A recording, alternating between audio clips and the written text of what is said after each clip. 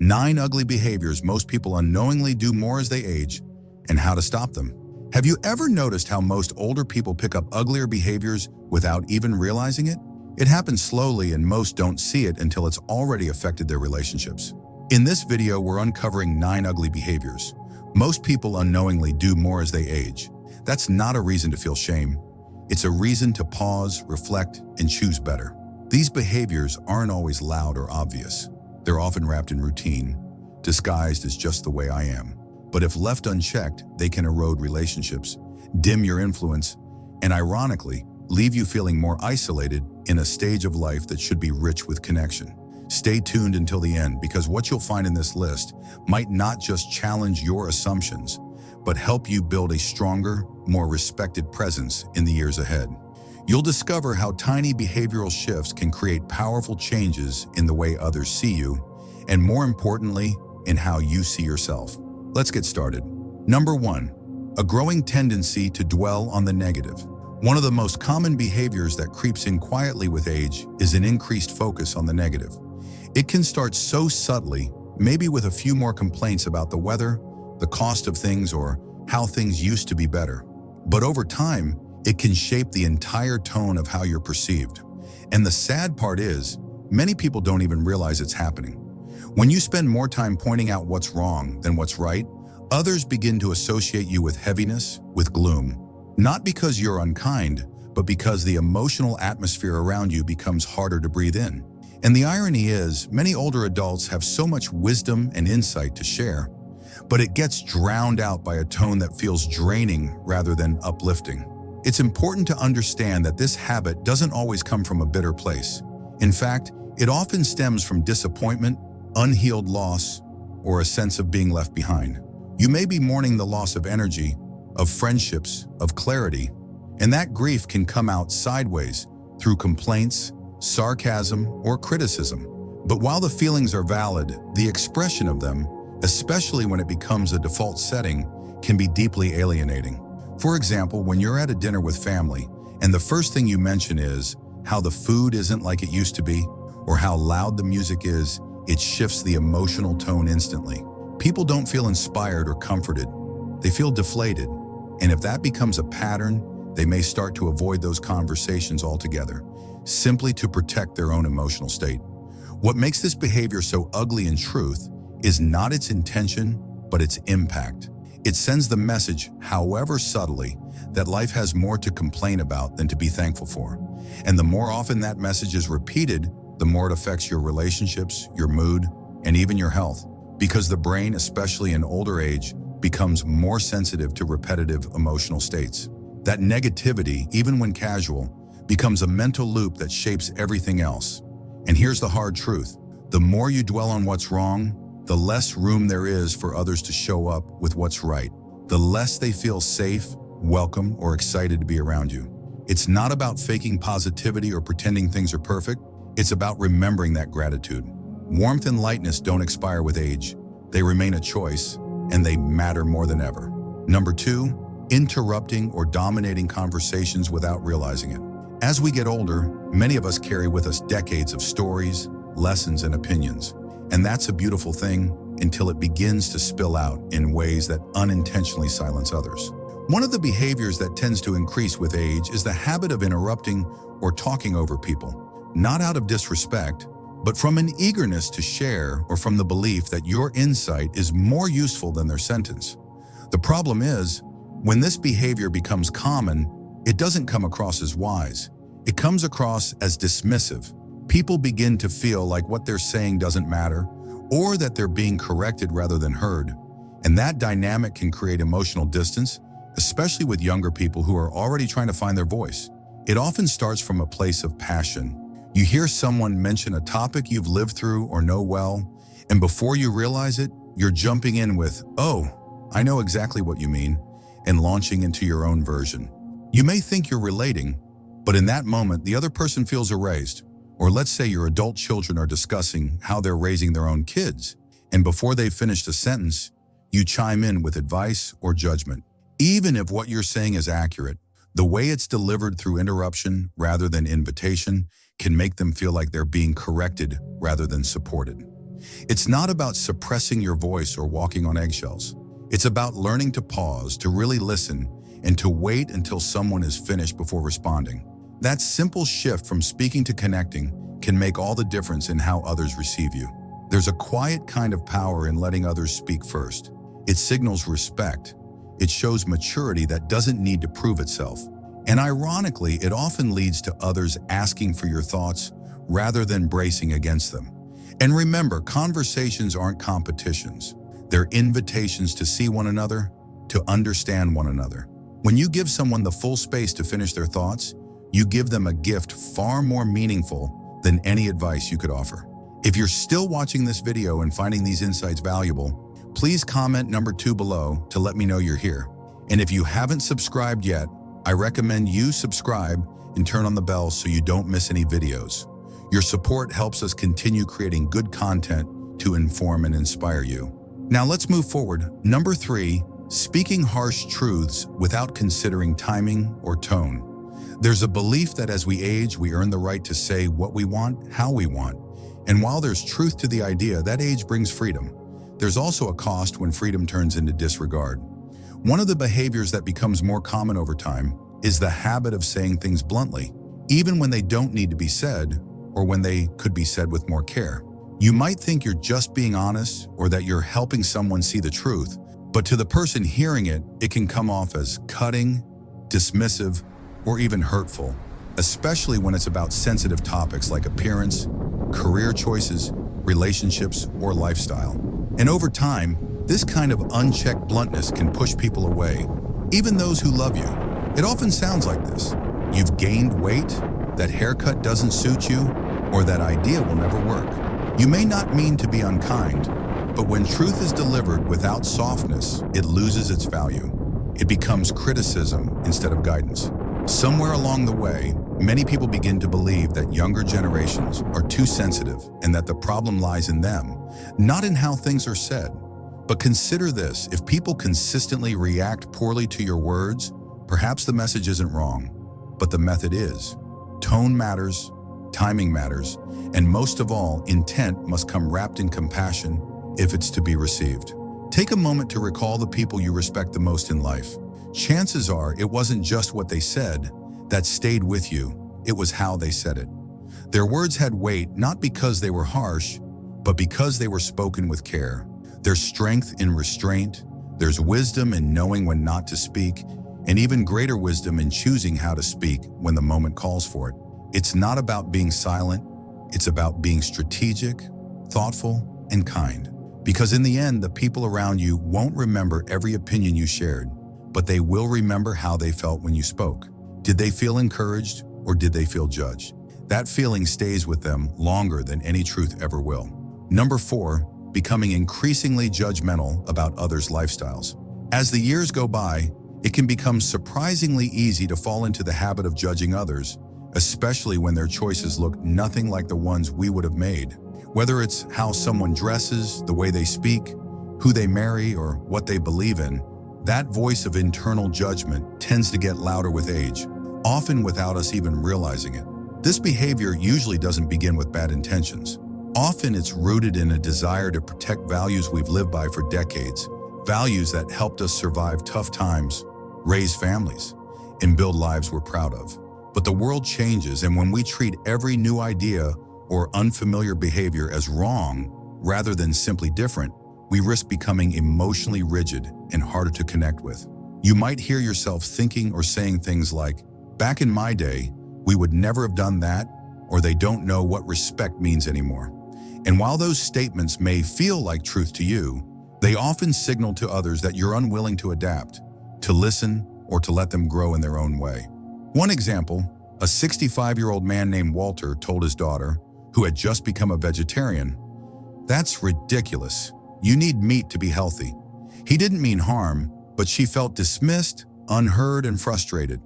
What could have been a supportive conversation turned into distance, all because his worldview couldn't flex enough to make space for hers. The thing is, people are not problems to solve. They're human beings to understand.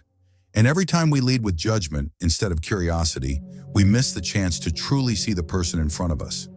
You don't have to agree with everything, but a gentle curiosity asking, why do they see it this way? Instead of rushing to condemn, can transform your relationships. It opens up space for mutual respect and often surprising connection. Judgment shrinks your world, curiosity expands it. And at this stage of life, the last thing we need is a smaller circle, fewer conversations, or more walls between us and the people we love. If you're still watching this video and finding these insights valuable, please comment number 4 below to let me know you're here. And if you haven't subscribed yet, I recommend you subscribe and turn on the bell so you don't miss any videos. Your support helps us continue creating good content to inform and inspire you. Now let's move forward. Number 5, refusing help even when you need it. One of the most stubborn behaviors that creeps in with age, almost without warning, is the refusal to accept help. It's subtle at first. You might brush off someone's offer to carry a heavy bag, fix something around the house, or drive you somewhere. And it sounds noble, independent even. But over time, this resistance can become isolating. You see, we grow up learning that strength means doing everything ourselves, that needing help somehow makes us weaker, less capable, or worse, less respected. But here's the truth. As we get older, real strength starts to look very different.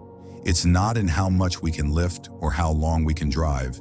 It's in our ability to adapt, to accept love in action, and to let others in. When you consistently push help away, what you're really doing, though you may not mean to, is rejecting connection. You're saying, I don't want to need you, when the people in your life are saying, I want to be needed. Whether it's your children, your neighbors, or your friends, the people offering help aren't doing it out of pity. They're doing it out of care. I once knew an 82-year-old named Harold who lived alone after his wife passed. His son would call and offer to come by, run errands, even cook. But Harold kept saying, no need, I'm fine. Not because he was, but because he didn't want to burden anyone. What he didn't realize was that his son began to feel helpless and unneeded, and that distance grew silently between them. Letting people help you doesn't make you a burden. It makes you human. It gives others the gift of giving.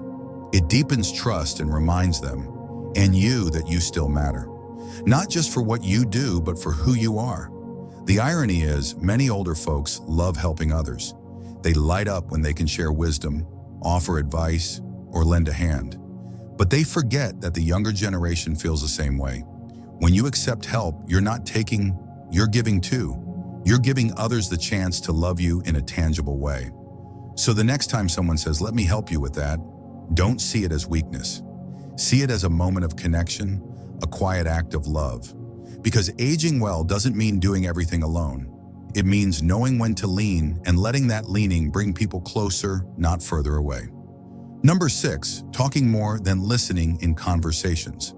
There's a quiet shift that tends to happen with age, especially when you've lived a full, rich life. You have stories, lessons, and wisdom built up over the decades.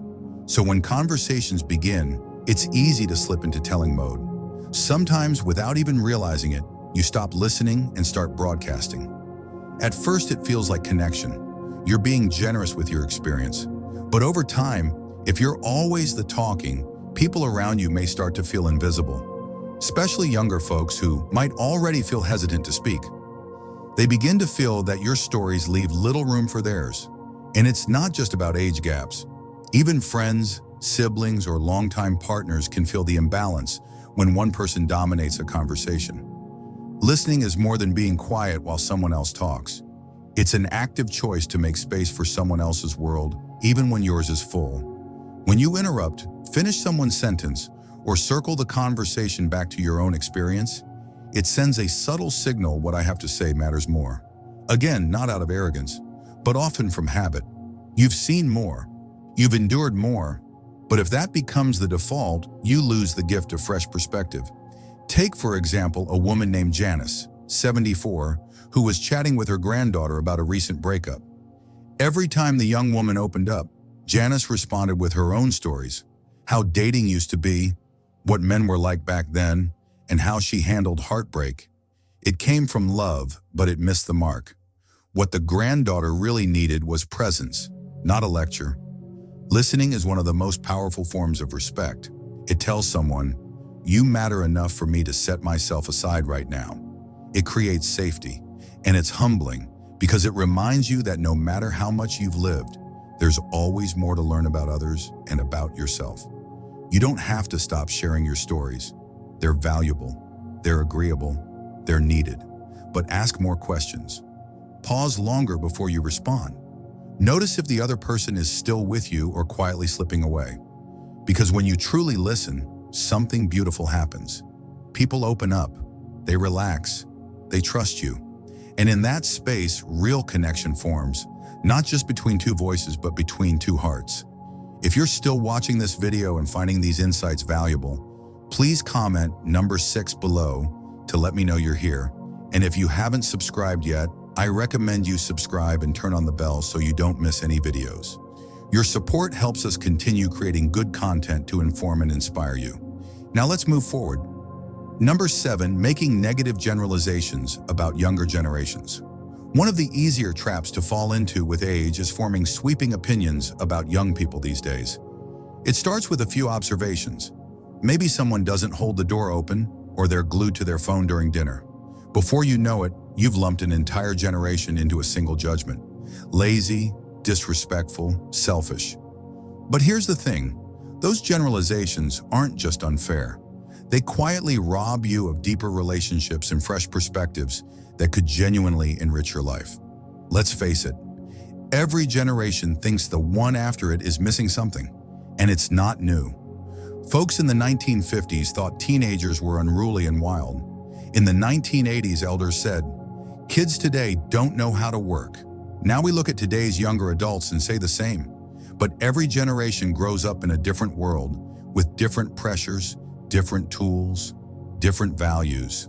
They may not write thank you notes like you did, but they might donate to strangers online. They may not work the same job for 40 years, but they might be balancing 3 careers while caring for their parents and raising kids. If all they hear from you is back in my day, or your generation doesn't get it, they'll tune out. Not because they don't care, but because they feel unseen. Judged before they've even had a chance to show you who they are. I remember a man named George, 79, who once told me his grandson was soft because he talked about going to therapy.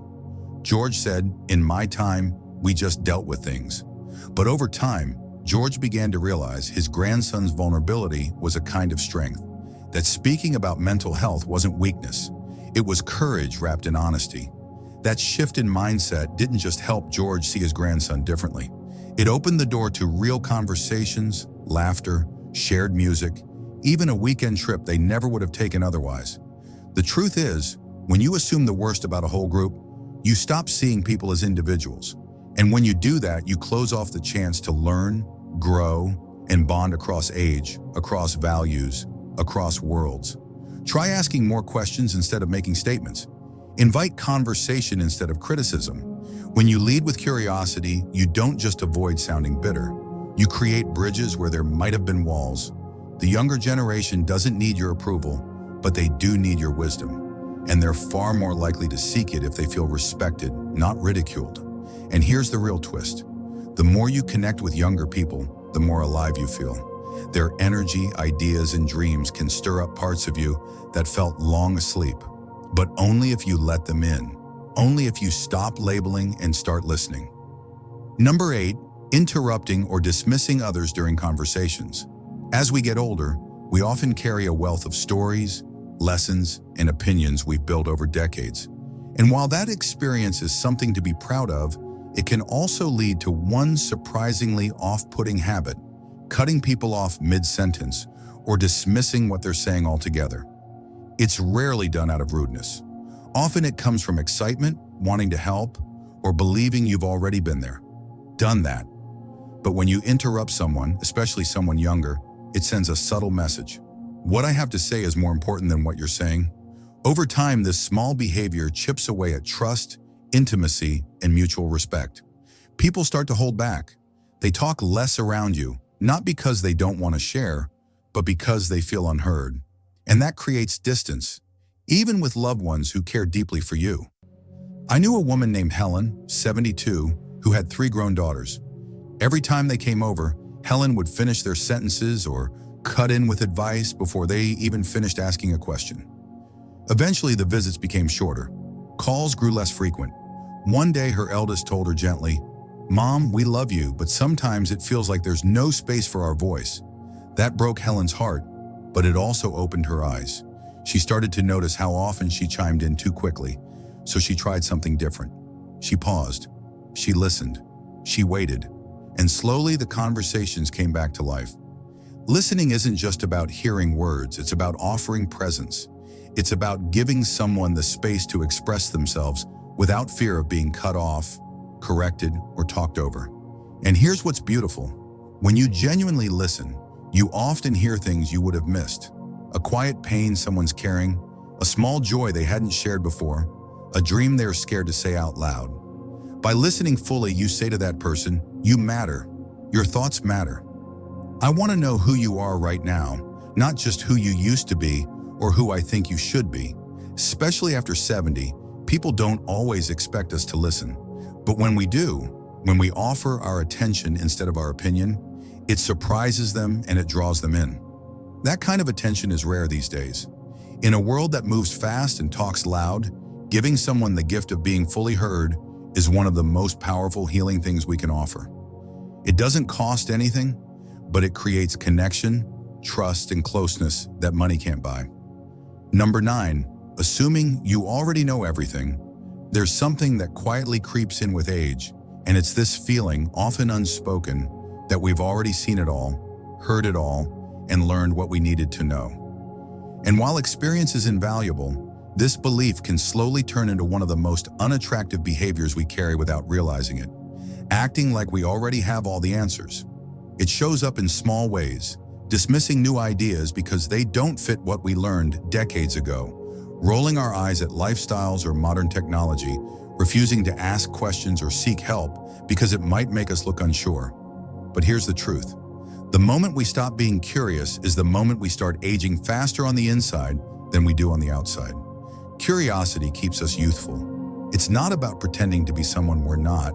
It's about staying mentally and emotionally open, even when the world feels unfamiliar. I once met a man named Paul, 78, who carried a quiet humility. When smartphones became common, he didn't grumble or resist. He said to his grandson, "Teach me how to use this. I want to understand how your world works." That simple request became a bridge between two generations. His grandson didn't just teach him to use a phone. He started calling more, visiting more, all because Paul stayed open. Now contrast that with someone who constantly says, "That's stupid," or "back in my day." Not only does that close the door to learning, it pushes people away. When we act like we've seen it all, people stop trying to share new things with us. We become known not for our wisdom, but for our resistance. But here's what's powerful: wisdom and curiosity are not opposites. In fact, the wisest people I've known are the ones who say, "Tell me more," or "I hadn't thought of it that way," or simply, "That's interesting. Why do you think that?" These are people others gravitate toward, not because they know everything, but because they never stop learning. So if you catch yourself feeling irritated by change or dismissive of a new idea, pause and ask, am I reacting from habit, or am I staying open to growth? Being older doesn't mean we stop evolving. In fact, the people who age most gracefully, the ones others love to be around, are those who remain students of life, even into their 80s and beyond. When we choose curiosity over certainty, we show the world and ourselves that we're still alive inside, still growing, still becoming, and there's nothing more attractive than that. Final thoughts. As we wrap up this video, take a quiet moment to think back over the 9 behaviors we just explored. Which one caught you off guard? Which one felt uncomfortably familiar? Here's the truth. None of this was about pointing fingers or making anyone feel ashamed. It was about bringing awareness to the small shifts in our habits that can shape how others experience us and how we experience ourselves. The beauty of being in our 60s, 70s, or 80s is that we've earned the right to grow on our own terms. That means we can unlearn just as much as we've learned. We can pause, reflect, and choose to carry forward only what makes us kinder, more open, and more at peace. Maybe you recognize something in yourself today. Maybe you saw a habit you're ready to release, or a new way of showing up you want to practice. If even one part of this video helped you feel more aware, more encouraged, or more empowered, then it was worth it. You're not alone in this journey. We're walking it together. Thank you for joining us today. We'd love to hear from you. Leave a comment below and share one thing you learned today and how you plan to use it in your life. Your thoughts are important to us, so don't hesitate to share them. Reading your comments gives us great motivation and encouragement. If you enjoyed this video and found it helpful, please like, subscribe, and share. Your support helps us continue creating good content to inform and inspire you. Thanks for watching, and we look forward to seeing you in the next video.